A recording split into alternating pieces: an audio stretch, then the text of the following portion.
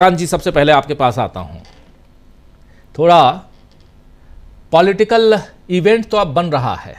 देश 4 दिन तक किस स्थिति में था ये हमने देखा और हम लोगों ने अपने आप को सेना के हवाले कर दिया था। अब जो होगा आप देखिए। S-400 और ऐसे बहुत सारे रडार, बहुत सारे एयर डिफेंस सिस्टम सब काम कर रहे थे और हम लोग निश्चिंत होकर सो रहे थे। लेकिन अब और उस वक्त प्रधानमंत्री नरेंद्र मोदी के कुछ कुछ तस्वीरें आ रही थीं, कुछ कभी हाथ इधर हिलाते हुए, कभी जुबान से कुछ बोलते हुए, कभी कुछ और करते हुए, लेकिन जुबान से जो आवाज है वो आते हुए नहीं सुने हम लोग। कल से सुन रहे हैं, कल 22 मिनट और आज भी लगभग उतना ही, उससे थोड़ा सा ज्यादा। ये जो तस्वीरें आप देख रहे हैं, लेकिन विपक्ष पूछ रहा है, देश की जनता पूछ रही है वो सारे सवाल। एक सबसे बड़ा सवाल है, व्यक्तिगत रूप से इन 26 लोगों की मौत के लिए मैं व्यथित हूं। प्रधानमंत्री नरेंद्र मोदी ने कल बोला था, कल का भाषण आप सुने हो तो, कि व्यक्तिगत रूप से मैं व्यथित हूं जो पहलगाम में हुआ, बैसरन घाटी में जो हुआ। लेकिन सवाल यह है कि क्या नरेंद्र मोदी जी इन 26 में से जो 25 हिंदुस्तान वाले हैं, किसी के घर गए? और जाएंगे भी नहीं जी। राजीव जी, मोदी जी आपदा में सिर्फ अवसर तलाशते हैं। उनकी फितरत में कभी भी देश के लोग नहीं है। उनकी फितरत में सिर्फ और सिर्फ राजनीति है और उसका एक ही मकसद है कि कैसे कुर्सी सुरक्षित रहे। और कल परसों की जो भी आप तस्वीरों की बात कर रहे थे, मुझे महाभारत याद आ रही थी। वो धृतराष्ट्र, महाभारत का युद्ध चल रहा है। संजय से कहा कि हमको बताइए क्या हो रहा है। कोई लेना देना नहीं था। मोदी जी केवल और केवल इवेंट के तलाश में थे। सच ये है कि मोदी जी को न तो सेना से बहुत लेना देना है, सेना भी उनके पॉलिटिकल एजेंडे का हिस्सा है, पॉलिटिकल इवेंट का हिस्सा है। जब आप रणनीति बनाते हैं तो क्या रणनीति वो ऐसे लाइव आती है, कोई वीडियो जारी होता है? और यहां तो मोदी जी का वो पूरा भाड़ तंत्र जिसने जो हालत कर रखी थी। शर्मिंदगी इस बात की है कि जो इस्लामाबाद पे कब्जा करा रहे थे, जो लाहौर कराची को ध्वस्त कर दे रहे थे, उन्होंने कभी देश की इज्जत मर्यादा की चिंता की? कभी? मोदी जी को तो खैर वो परवाह ही नहीं है। और ये मुझे लगता है कि 75 साल के इतिहास में अगर मैं उसी जुमले को लूं तो, हालांकि 78 साल हो रहे हैं, लेकिन मोदी जी ऐसे ही भाषा में बोलते हैं। ये पहला समय है जब इंडिया के साथ एक भी देश खुले तौर पर नहीं खड़ा। विदेश नीति का ही ये केवल फेल्योर नहीं है, अब तक के इतिहास के सबसे असफल प्रधानमंत्री नरेंद्र मोदी।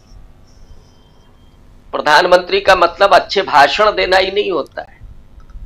प्रधानमंत्री का मतलब दिन में 3 बार ड्रेस बदल करके और बढ़िया सी फोटोग्राफी कराना नहीं होता है। प्रधानमंत्री का मतलब होता है देश की रक्षा करना।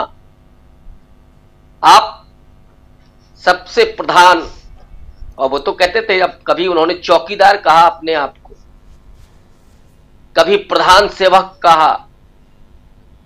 अब वो माल सब चोरी नेहरू जी से ही करते। नेहरू जी ने कभी प्रथम सेवक कहा था, अब वो प्रधान सेवक। लेकिन नेहरू जी को केवल आलोचना करते करते वो ऐसी एक ग्रंथि बना ली कि वो भूल गए कि देश की सुरक्षा और देश की इज्जत और मर्यादा भी कोई चीज है। इतना सीख लिया होता नेहरू जी से, सीख लिया होता इंदिरा गांधी से। क्या वजह है कि उस दिन इंदिरा गांधी सबको याद है? मन में तो भाजपाइयों के भी होगा, लेकिन वहां तो जबान पर पट्टी लगी हुई है, बेचारे बोल नहीं सकते। सच में अगर आप मुंह खुलवा के अगर पूछते तो वो सब यही कहते। मैं भाजपाइयों की बात कर रहा हूं। और मोदी जी ने भी याद किया होगा, जो इनको नहीं मिल पाया वो भी सोच रहे होंगे, लेकिन मोदी जी की असली जो तारीफ है वो यही कि कैसे किसी भी घटना को पॉलिटिकल इवेंट बनाना है। अटल बिहारी वाजपेयी की अंत्येष्टि को इवेंट बना देना, कोरोना को साहब इवेंट बना देना, ताली थाली बजवाना। और फिर इधर एक बड़ा संकट का और बहुत संवेदनशील समय था। मोदी जी को अगर चिंता थी तो वो अरब से लौट करके बिहार नहीं जाते, वो पहलगाम जाते। अब आपने पूछा कि उन 26 लोगों के घर जाएंगे। प्रधानमंत्री असल में होते, मैं एक्चुअली मोदी जी को मानता ही नहीं हूं कि वो प्रधानमंत्री, वो कुर्सी पर बैठे हुए वो शख्स हैं जो केवल सत्ता का सुख भोग रहे हैं। प्रधानमंत्री के दायित्वों का उन्होंने निर्वहन कभी नहीं किया, वो अधिकारों का सुख भोग है। इसलिए मैं नहीं मानता कि वो प्रधानमंत्री है, या ये मैं कहूं कि फुल फ्लैश्ड प्रधानमंत्री मैं नहीं मानता। तो वो 26 क्या एक के भी घर नहीं जाएंगे, और जो जाएगा उसको तो देशद्रोही घोषित करेंगे।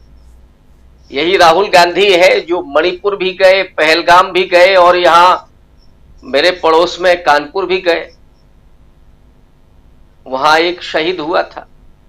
हिमांशी नरवाल के घर भी गए।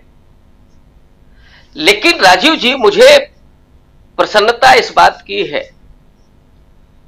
कि इस दौर में जो प्रतिरोध है वो प्रतिरोध ऐसे स्थानों से निकल करके आ रहा है जिसकी कल्पना हम 20वीं शताब्दी के उस पूरे 50 साल के दौर में नहीं कर सकते थे, जहां चीजें नहीं दिखती थी। सबसे महत्वपूर्ण, महिलाएं प्रतिरोध कर रही, और वो महिलाएं जिन्होंने, हिमांशी नरवाल ने तो अपने पति को खोया और कहा कि हमको न्याय चाहिए, लेकिन कश्मीरी और मुसलमानों के खिलाफ नफरत नहीं चाहिए। और आपने मिस्री साहब का नाम लिया, विदेश सचिव का।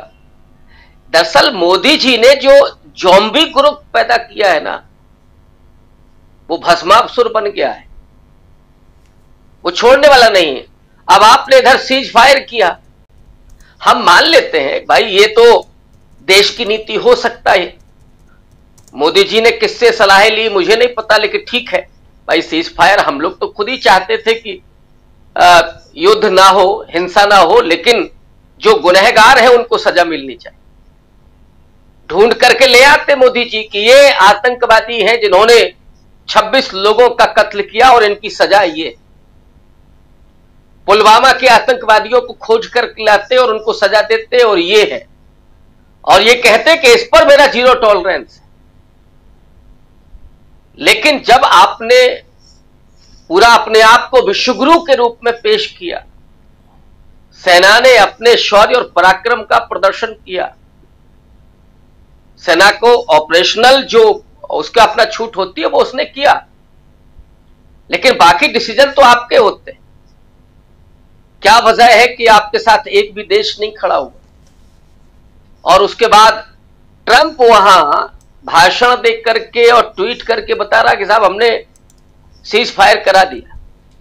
तो ये नरेंद्र मोदी है, ये मैं आज से उनको ये कहूंगा कि अर्ध प्रधानमंत्री हैं, जो सिर्फ अधिकारों का भोग करते हैं, दायित्वों का निर्वहन नहीं करते। इन्हें देश के लोगों की चिंता नहीं है, सिर्फ कुर्सी की चिंता है। और वो प्रधानमंत्री नरेंद्र मोदी हर घटना को, चाहे वो दुर्भाग्यपूर्ण हो, अच्छी हो, उसको पॉलिटिकल इवेंट बनाना उनकी फितरत है। उनको फर्क नहीं पड़ता। इस देश के 140 करोड़ लोगों को फर्क पड़ता होगा, लेकिन मोदी जी को फर्क नहीं पड़ता। वो दुख और सुख दोनों में सम रहते। इसलिए तो अपने आप को नॉन बायोलॉजिकल कहा उन्होंने। तो उनसे ये उम्मीद करना कि वो 26 लोगों के घर जाएंगे, मुझे लगता है कि बेमानी हम लोगों का भ्रम है। नॉन बायोलॉजिकल है मोदी जी, और वो ऐसा नहीं करते, ना वो जाएंगे। नॉन बायोलॉजिकल, हाँ ये तो भूल ही गया था मैं कि कभी ये टर्म भी आया था और खुद नरेंद्र मोदी जी ने खुद कहा था। चलिए खैर, लेकिन इस वक्त